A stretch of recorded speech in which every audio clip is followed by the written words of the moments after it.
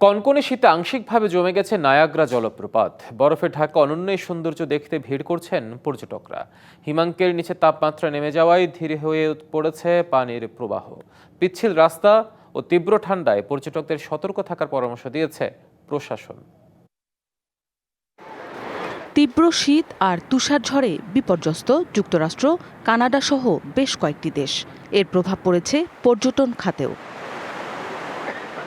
যুক্তরাষ্ট্রের new York ও কানাডার Ontario প্রদেশের মাঝখানে অবস্থান নায়াগ্রা জলপ্রপাতের। তীব্র শীতে আংশিকভাবে জমে গেছে বিশ্বের অন্যতম বিস্ময় এই জলপ্রপাত। বরফে মোড়া এই প্রাকৃতিক সৌন্দর্য দেখতে প্রতিদিন ভিড় জমাচ্ছেন দেশ বিদেশের অসংখ্য পর্যটক।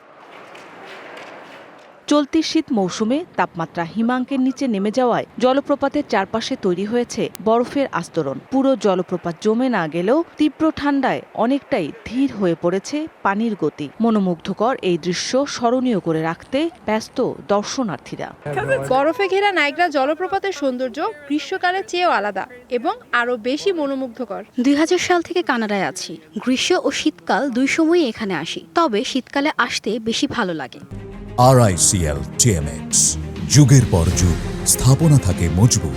কারণ এই অভিজ্ঞতাটি আশ্চর্যজনক, সবকিছু ভীষণ সুন্দর। তীব্র শীতে পর্যটকদের সতর্ক থাকার পরামর্শ দিয়েছে স্থানীয় প্রশাসন। পিচ্ছিল রাস্তা ও তীব্র ঠান্ডার কারণে অনুরোধ জানানো হয়েছে নিরাপত্তা বিধি মেনে চলার।